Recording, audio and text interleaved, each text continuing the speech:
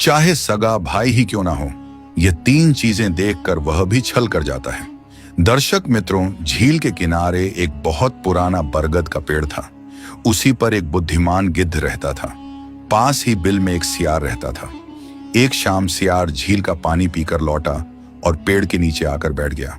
वह कहने लगा, हे गिद्ध भाई, तुमने संसार बहुत देखा है, मुझे एक बात बताओ, क्या सगा भाई भी कभी छल कर सकता है? और अगर हां तो क्यों, किस कारण से? तब गिद्ध धीमे से हंसा और कहने लगा, सियार, मनुष्य हो या जानवर, जब मन की भावना बदलती है तो रिश्ते कमजोर पड़ जाते हैं। सगा भाई भी इन तीन चीजों को देखकर बदल सकता है।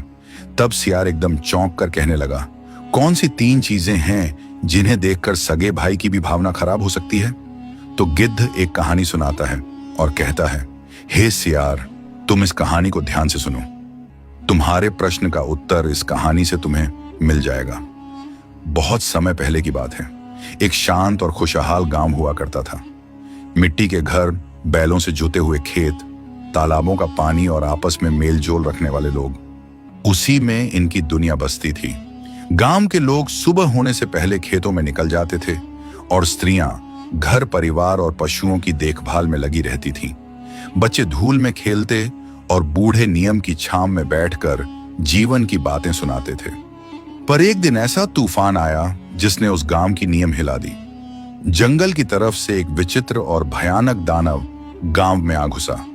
किसी ने उसका रूप पहले कभी नहीं देखा था, लेकिन रहस्यमयी बात यह थी कि गांव के कुछ बुजुर्गों ने कहा था कि यह दानव किसी प्राचीन श्राप का परिणाम है और इसे केवल निष्कपट हृदय वाला ही मार सकता है। उसके कार्यों ने सबको कंपा दिया था। पहली ही रात उसने गांव के पास बने खेतों में घुसकर फसलों को रौंद डाला। गेहूं की बालियां टूटी पड़ी थीं और मिट्टी जगह जगह दब गई थी। सुबह जब किसान खेतों में पहुंचे तो उनकी आंखों के सामने उजड़ा हुआ दृश्य था। कुछ ने माथा पीटा तो कुछ ने आसमान की ओर देखकर कहा, हे ईश्वर, ये क्या अनर्थ हो गया? लेकिन बात यही समाप्त नहीं हुई। अगली रात उस क्रूर पशु ने 2 गाय और एक बछड़ा मार डाला। उनके शरीर ऐसे फटे हुए थे कि देखने वालों की आत्मा कांप गई। तीसरे दिन एक किसान की खाल तक उधड़ गई और चौथे दिन एक बच्चे को वह अपने साथ घसीट ले गया। इसके बाद गांव में ऐसा सन्नाटा छा गया कि मानो किसी ने जीवन की गति ही रोक दी हो। दर्शक मित्रों, जब भय घर कर लेता है तो साहस भी द्वार बंद कर लेता है। गांव के लोग अब रात को घरों के दरवाजे लकड़ी की बलियों से बंद कर देते थे। पशुओं को बांध कर रखने की बजाय कोठरी में छिपा देते थे। कोई अकेला बाहर निकलने का साहस नहीं करता था। खेतों में काम आधा रह गया और बच्चों की चहल पहल एकदम समाप्त हो गई थी। जब डर अपनी सीमा पार कर जाए तो मनुष्य सहायता की पुकार लगाता है। गांव के कुछ बुजुर्ग, महिलाएं और युवक मिलकर राजा के पास सहायता मांगने पहुंच गए। वे महल के बाहर इकट्ठे होकर जोर जोर से महाराज को पुकारने लगे। राजा ने जब सुना कि गांव वाले किसी बड़ी विपत्ति में हैं, तो उसने तुरंत उन्हें दरबार में बुलाया। एक बूढ़ा किसान आगे बढ़कर कहने लगा, महाराज, वह दानव हमारे खेत उजाड़ चुका है, हमारी गाय खा चुका है और अब हमारे बच्चों की जान ले रहा है। हम असहाय हो गए हैं, कृपा करके हमारी रक्षा कीजिए।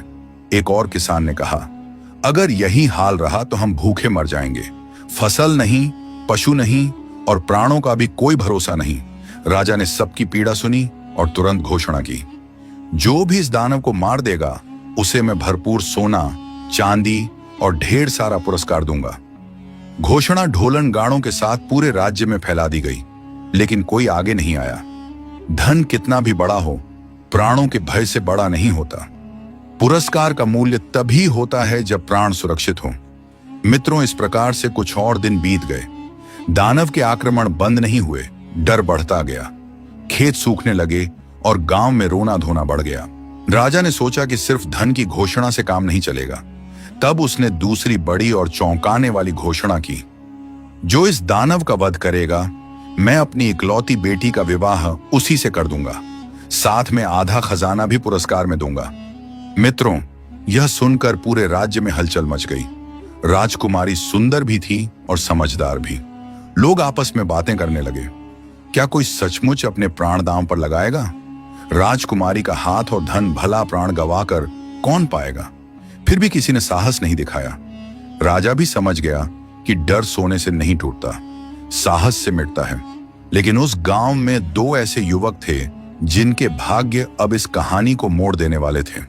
कहते हैं मित्रों, कठिन समय में कर्म से भागने वाले बहुत होते हैं, पर इतिहास उन्हीं का बनता है जो संकट का सामना करते हैं। राजा की दूसरी घोषणा पूरे गांव में आग की तरह फैल गई थी।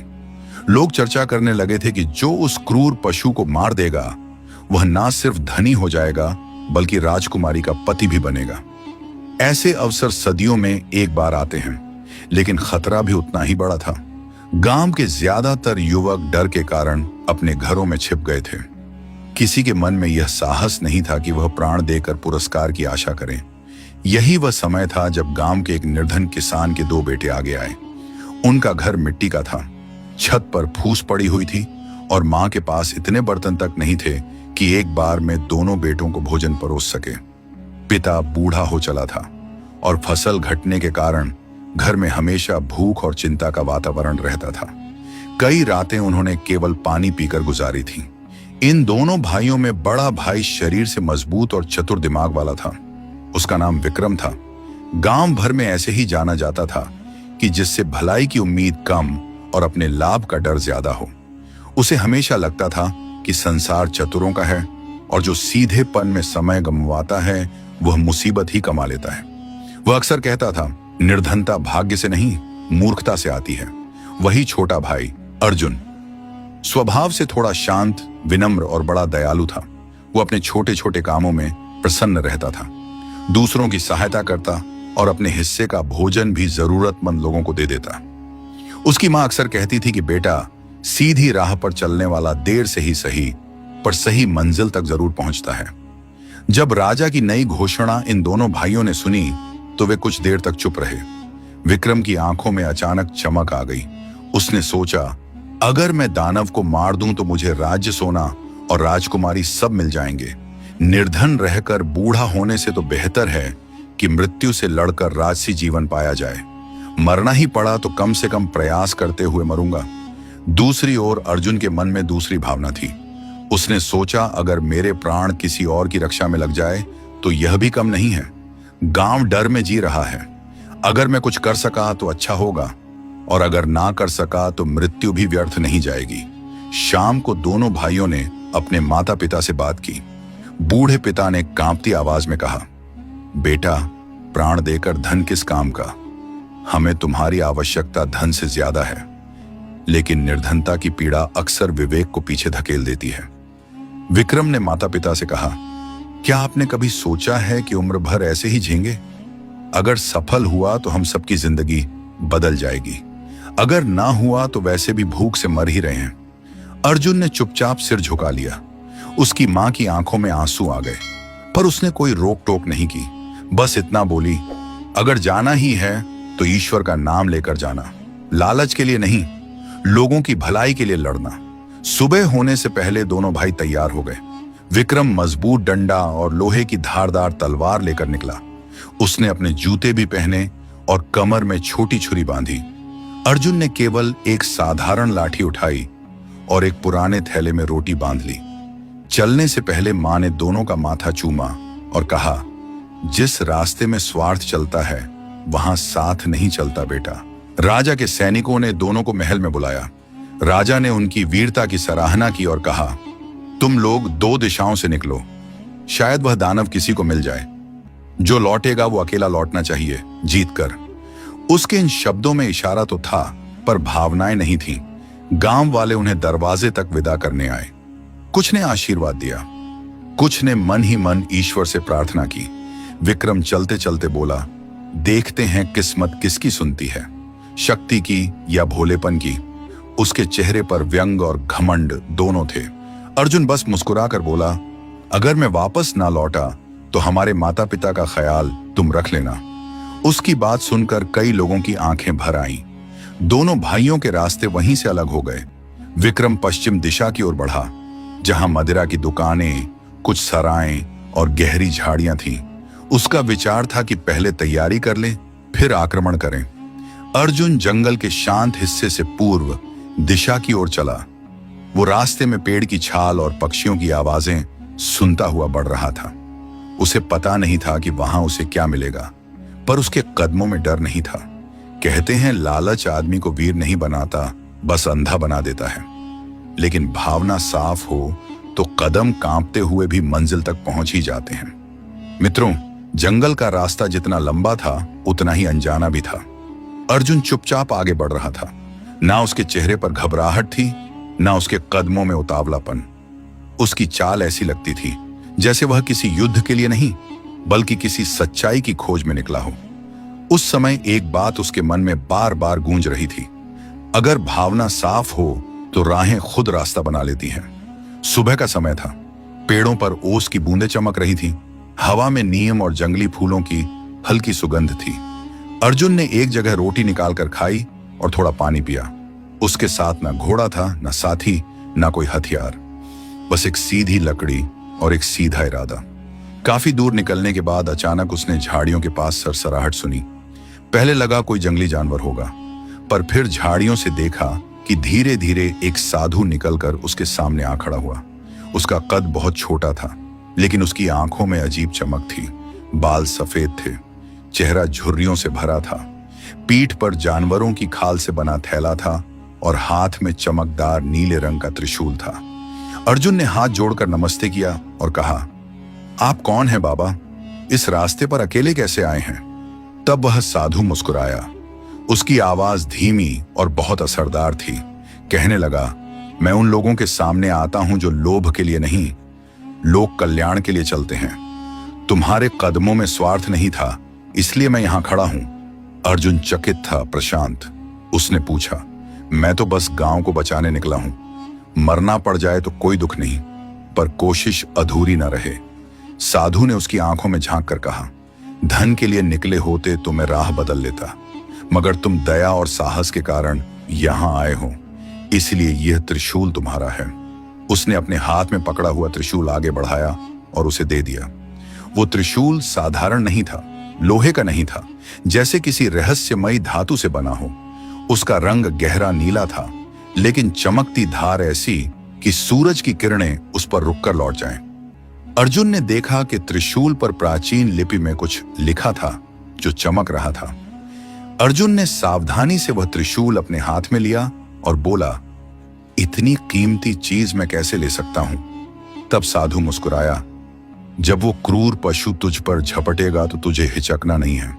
त्रिशूल उसके पेट में उतार देना, एक ही बार काफी होगा। याद रखना, बहस से ज्यादा घातक होता है भरोसा खो देना। लेकिन सुनो, एक बात और, यह दानव केवल शस्त्र से नहीं मरेगा। तुम्हें उसके माथे पर एक काला निशान दिखेगा, वहीं प्रहार करना होगा। मित्रों, अर्जुन ने गहरी श्रद्धा से कहा, आपका नाम क्या है? साधु हंसा नाम ढोंग होते हैं। नेक इंसान का काम ही उसकी पहचान होता है। चलो, औरों की जान बचाने में देर मत करो। इतना कहकर वो वनस्पतियों में ऐसे खो गया जैसे धुंध में परछाई। अर्जुन त्रिशूल कंधे पर रखकर आगे बढ़ता है। उसके मन में अब डर की जगह दृढ़ता थी। पेड़ों के बीच से गुजरते हुए उसने कई जंगली आवाजें सुनी, लेकिन अब उसके कानों में वही आवाज गूंज रही थी, लोभ के लिए नहीं, लोक कल्याण के लिए। कुछ ही दूर गया था कि उसे जमीन पर बड़े बड़े पैरों के गहरे निशान दिखाई दिए। आसपास मिट्टी उखड़ पड़ी थी, झाड़ियां टूटी थीं और हवा में रक्त की हल्की गंध खुली हुई थी। यह साफ संकेत था कि वह दानव वहीं आसपास ही था। उसने कदम और धीमे कर दिए। दिल धड़क रहा था, पर चेहरे पर घबराहट नहीं थी। तभी अचानक सामने की झाड़ियों में जोरदार हलचल हुई। पहले सरसराहट, फिर भारी सांसों की आवाज, और अगला क्षण वो दानव सामने था। धूप की किरणों के बीच उसकी आकृति उभर आई। शरीर पहाड़ जैसा चौड़ा था, आंखें अंगारे जैसी लाल, नुकीले दांत, काले बालों से ढका चेहरा और पंजों में चट्टान फोड़ देने की शक्ति। उसके माथे पर सचमुच एक काला निशान था जो साधु ने बताया था। वो देखते ही देखते गुर्राया। जमीन हल्की कांपी, लेकिन अर्जुन स्थिर खड़ा रहा। उसने त्रिशूल कसकर पकड़ लिया। दानव ने एक क्षण के लिए गरज मारकर आसमान को जैसे फाड़ दिया और अगले ही पल वो बिजली की तरह उसकी ओर झपटा। दहाड़ इतनी भयानक थी कि दूर के पंछी तक उड़ गए। पर वही समय था जब साहस और हथियार को एक होना था, जैसे ही वह क्रूर पशु हमले को करीब लाया, अर्जुन ने बिना देर किए त्रिशूल को दोनों हाथों से पकड़कर सीधे उसके माथे के काले निशान पर पूरी शक्ति से घुमा दिया। चीख नहीं, धमाका हुआ। त्रिशूल निशान के आर पार चला गया और दानव आगे बढ़ने से पहले ही ढह गया। धरती हिल गई, सूखी पत्तियां उड़ गईं, जैसे सन्नाटा टूटकर खामोशी में बदल गया। अर्जुन कुछ देर वहीं खड़ा रहा। उसने अपने माथे का पसीना पोंछा और मन ही मन उस साधु को धन्यवाद किया। उसने आकाश की ओर देखा, जैसे किसी अनदेखी शक्ति को प्रणाम कर रहा हो। अब उसने दानव को घसीटकर कंधे पर उठाया। शरीर भारी था पर मन हल्का। उसका लक्ष्य साफ था, इसे राजा के सामने ले जाकर गांव को भय के बंधन से मुक्त करना। मित्रों, उधर अर्जुन वन के शांत और कठिन रास्तों से होते हुए उस भयानक दानव का वध कर चुका था, लेकिन दूसरी दिशा में निकला था विक्रम। वो शुरू से ही किसी और इरादे से चला था। उसके मन में ना गांव की रक्षा का विचार था, ना उस दानव से लड़ने का साहस। उसके पास तलवार जरूर थी, पर हथियारों से ज्यादा उसके पास चतुराई और स्वार्थ था। वह जंगल में ठीक से गया भी नहीं। आधे रास्ते में उसे एक पुरानी सराय जैसी जगह मिली, जहां कुछ लोग मदिरा पीकर ढोलक पर नाच रहे थे। विक्रम ने सोचा, जो लड़ना चाहे वो लड़े। मैं पहले पेट और साहस दोनों को गर्म कर लेता हूं। वह भी उसी भीड़ में जाकर बैठ जाता है। उसने मदिरा के 2 घूंट पिए और अपने आसपास बैठे लोगों से बड़ी बड़ी डींगे मारकर कहा, मैं दानव के पेट को चीर कर फेंक दूंगा। राजा की बेटी मेरी होगी, तुम लोग देख लेना। लोग सुनकर हंसे।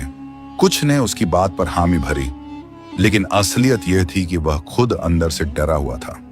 जब वह नशे में था, तभी अचानक उसे किसी की आवाज सुनाई दी, अरे देखो, कोई दानव को मारकर लाता दिख रहा है। सभी एकदम चौंक कर बाहर भागे। दूर से अर्जुन दिखाई दे रहा था, कंधे पर मरा हुआ दानव लादे, थका हुआ मगर शांत। उसके माथे पर पसीना जरूर था, मगर आंखों में चमक थी। हाथ में वही नीला त्रिशूल चमक रहा था। विक्रम यह दृश्य देखकर दंग रह गया। उसे सबसे ज्यादा चोट इस बात ने पहुंचाई कि वह अर्जुन, जिसे वह हमेशा कमजोर, मूर्ख और निर्धन समझता था, आज उस काम को कर गया जिसे करने का ढोंग वो कर रहा था। उसके दिल में ईर्ष्या और लालच ने एक साथ जन्म लिया। मन ही मन बोला, अगर यह दानव राजा तक ले गया तो पुरस्कार और राजकुमारी सब इसे ही मिल जाएंगे और मैं फिर उसी निर्धनता में रह जाऊंगा। उसने तुरंत अपना चेहरा बदला और मुस्कुराते हुए अर्जुन के पास गया। कहने लगा, भाई तू सचमुच वीर निकला। पहले विश्राम कर ले, थोड़ी देर बैठ जा। इतना भारी दाना उठाकर तू थक गया होगा। आ जरा पानी पी और शरबत पी ले, फिर हम दोनों साथ में राजा के पास चलेंगे। अर्जुन ने भोलेपन से सोचा कि बड़ा भाई सच में खुश है। उसने त्रिशूल अपने कंधे से उतारा और दानव वहीं पास में रख दिया। फिर वो उसके साथ बैठ गया। विक्रम ने प्यार से पहले पानी दिया, फिर चुपके से मदिरा भी पिलाता रहा। धीरे धीरे अर्जुन नशे के असर में ढीला पड़ने लगा। उसने सब कुछ बता दिया था। भाई, यह त्रिशूल मुझे जंगल में एक साधु ने दिया था, उसी की वजह से मैं दानव को मार पाया। उसने बताया था कि माथे के काले निशान पर ही प्रहार करना है। मित्रों, उसकी बात सुनते ही विक्रम की आंखों में लालच चमक उठा। उसने मन में तय कर लिया कि असली पुरस्कार तभी मिलेगा जब अर्जुन रास्ते से हटे। रात गहराने लगी। अर्जुन अब ठीक से चल भी ना पा रहा था। विक्रम ने कहा, चल मैं तुझे सहारा देता हूं। हम पास के पुल से होते हुए सीधा महल जाएंगे। मित्रों, वह दानव को अपने कंधे पर लाद लेता है और एक हाथ से अर्जुन को थामे हुए चलता है। रास्ते में अंधेरा गहराता जा रहा था। चारों ओर झींगरों की आवाज और ठंडी हवा थी। अर्जुन अर्ध बेहोश सा उसके साथ चल रहा था। जैसे ही वह जंगल के बीचों बीच बने उस पुराने पुल पर पहुंचे तो विक्रम रुक जाता है। पुल के नीचे तेज धारा वाली नदी बह रही थी। वो एक क्षण को चुप रहा, फिर धीरे धीरे अपने चेहरे से बनावटी मुस्कान हटाकर बोला, तूने वीरता तो दिखाई, लेकिन पुरस्कार के योग्य मैं हूं, तू नहीं। अर्जुन कुछ कह पाता, इससे पहले ही विक्रम ने उसे दोनों हाथों से धक्का दे दिया। नशे के असर और अनजाने वार से वो संतुलन नहीं बना पाया और सीधे पुल के नीचे गिर पड़ा। उसका शरीर पानी में गिरते ही धारा में बहने लगा। तैरना भी नहीं आता था। कुछ ही क्षणों में आवाज तक डूब गई। विक्रम ने नीचे झांका और संतोष की सांस ली। फिर वो नीचे उतरकर कुछ दूर जाकर पानी से उसका शरीर बाहर निकाला और किनारे गड्ढा खोदकर उसे वहीं दबा दिया। मिट्टी डालते समय उसके चेहरे पर न लज्जा थी न पछतावा। उसने मन ही मन कहा, अब पुरस्कार और दुल्हन मेरी है, किसे पता चलेगा कि सच्चा विजेता कौन है। सुबह होते ही वो उस मरे हुए दानव को कंधे पर उठाकर राजा के महल की ओर चल पड़ा। गांव वालों ने जब उसे उस दानव के साथ देखा तो उसकी वीरता की बातें करने लगे। कोई नहीं जानता था कि उसके हाथ पर रक्त नहीं पाप लगा है और यही वह मोड़ था जहां सच्चाई का सिर कट गया और झूठ ताज पहनने चल पड़ा था। मित्रों, विक्रम मरे हुए दानव को कंधे पर रखकर राजा के दरबार में पहुंचता है। थकान का ढोंग करते हुए उसने ऊंची आवाज में घोषणा की, महाराज, आपकी प्रजा को सताने वाला दानव मर चुका है। उसे मैंने अकेले मार गिराया। मित्रों, यह सुनकर दरबारी चौंक गए। राजा ने उसकी तथाकथित वीरता की प्रशंसा की और उसी समय सोने के सिक्कों की एक थैली उसे दे दी। साथ ही यह भी घोषणा कर दी कि अगले शुभ दिन पर उससे राजकुमारी का विवाह किया जाएगा। मित्रों, सारे गांव में घी के दिए जलने लगे, ढोल बजने लगे। लोग कहने लगे, जिसने मृत्यु को हराया उसी को राज्य और दुल्हन मिलनी चाहिए। लेकिन अर्जुन अभी तक घर नहीं लौटा था। मां बाप ने कई दिनों तक उसकी राह देखी। जब वह नहीं लौटा तो लोगों ने यह मान लिया कि शायद वह दानव का शिकार हो गया होगा। विक्रम ने और भी अधिक चालाकी दिखाई। वो गांव गांव जाकर कहता था कि मेरा भाई शायद रास्ते में ही मारा गया होगा। अगर वह बचा होता तो मुझसे पहले यहां तक पहुंच जाता। लोग उसके शब्दों को सच मान बैठे। झूठ जब आत्मविश्वास के साथ बोला जाए तो कुछ समय के लिए सच लगने लगता है, लेकिन हमेशा के लिए नहीं। दर्शक बंधुओं, इधर समय बीतता गया। राजा विवाह की तैयारियों में जुटा था। वहीं दूसरी ओर नदी के किनारे एक चरवाहा अपनी भेड़ों को चरा रहा था। पानी के पास मिट्टी थोड़ी खिसकी हुई थी और वहीं उसे एक चमकती हुई सफेद अजीब सी हड्डी दिखाई दी। वह कहने लगा, अरे ये तो बड़ी ही मजबूत है, इससे मैं अपनी बांसुरी बनाऊंगा। उसने चाकू से छेद करना शुरू किया और तभी वो हड्डी खुद बोल पड़ी। आवाज गूंज उठी मानो किसी ने अपना दर्द बहा दिया हो। ओ प्यारे भाई चरवाहे, तू पा जरा, मेरी हड्डी बजा दे। दुख की धुन सुना। भाई ने छल किया, पुल से नीचे गिराया, लोभ के अंधकार में जीवन मेरा बुझाया। मित्रों, चरवाहा कांप उठा। उसने डरते डरते फिर बांसुरी को कान से लगाया और हड्डी फिर गाने लगी। दानव था बहाना, दुल्हन थी आस, मासूम पर चली चाल, टूट गया विश्वास। मित्रों, अब बात छुप नहीं सकती थी। चरवाहा भागा गांव पहुंचा और सबको बताया कि उसे क्या सुनाई दिया। गांव वाले पहले तो हंसे, पर जब उसने बांसुरी बजाकर सुनाई तो सब सुन्न रह गए। धीरे धीरे शक विक्रम पर गया। गांव के बुजुर्ग बोले, जिसका मन लालच से भरा हो वो अपना ही रक्त भी बेच सकता है। चरवाहा सोचने लगा, अगर ये बांसुरी राजा के सामने गई तो राज दरबार ही सच्चाई का साक्षी बन जाएगा। अगले ही दिन वह दरबार में पहुंचता है। राजा ने पहले तो उसे सामान्य समझा, पर जब चरवाहा बोला कि उसकी बांसुरी गाना गाती है तो पूरा दरबार उत्सुक हो गया। जैसे ही उसने बांसुरी बजाई तो वही आवाज गूंज उठी। दरबार में बजी। जब बांसुरी प्यारी, सुनकर रह गए दंग राजा और दरबारी। गूंजी करुण पुकार हवा में अचानक। भाई ने भाई को मारा था कपट में फंसाकर। मित्रों, सभा मंडप में सन्नाटा छाया था। राजा का माथा कसकर सिकुड़ गया था। उसने तुरंत सैनिकों को पुल के पास खुदाई करने का आदेश दिया। कुछ ही देर में मिट्टी के नीचे से कंकाल निकला। उसके पास कपड़ों की बची खुची झलक और उसी नीले त्रिशूल की मूठ पाई गई। प्रमाण ने जुबान खोल दी। विक्रम के चेहरे का रंग उड़ गया। घबराकर कहने लगा, मैंने कुछ नहीं किया, ये सब झूठ है। लेकिन सत्य अब चुप नहीं था। राजा ने सख्ती से पूछा तो आखिरकार वह टूट गया। उसने अपराध स्वीकार कर लिया और दरबार में खड़े सब लोग उसके चेहरे को घृणा से देखने लगे। राजा ने क्रोध और शोक के मिले स्वर में कहा, जिसने स्वार्थ में अपने ही रक्त के साथ विश्वासघात किया उसके लिए इस धरती पर कोई जगह नहीं है। उसे उसी पुल के पास फांसी दी गई जहां उसने अपने छोटे भाई को धक्का दिया था। मित्रों, यह दंड नहीं, न्याय था। अर्जुन की हड्डियों का सम्मान पूर्वक दाह संस्कार किया गया। मन से आहत राजा ने गांव जाकर उसकी चिता के पास सिर झुकाकर कहा, सत्य कभी मरता नहीं, बस समय आने पर सामने आता है। गांव के लोग उसके अंतिम संस्कार में उमड़ पड़े। औरतें रोती रहीं, किसान मौन खड़े रहे, बच्चे तक गंभीर हो गए। उस दिन गांव वालों ने 3 बड़ी बातें सीखी। पहली बात, लोभ रिश्तों को काट देता है। दूसरी बात, सच को दबाया जा सकता है, मिटाया नहीं जा सकता। तीसरी बात, जो दूसरों की भलाई के लिए चलता है उसका नाम कभी नहीं मरता। राजा ने राजकुमारी का विवाह नहीं कराया। उसने घोषणा की कि उस सच्चे युवक की याद में गांव में पत्थर का एक चबूतरा बनाया जाएगा और हर साल उसके नाम पर न्याय दिवस मनाया जाएगा। और वह बांसुरी उसे किसी ने फिर नहीं बजाया, पर उसकी कहानी पीढ़ी दर पीढ़ी गाई जाती रही। कहते हैं सच की डगर कठिन हो सकती है, पर अंत में उसी की विजय होती है। जिस घर में स्वार्थ पनपता है वहां विश्वास मर जाता है।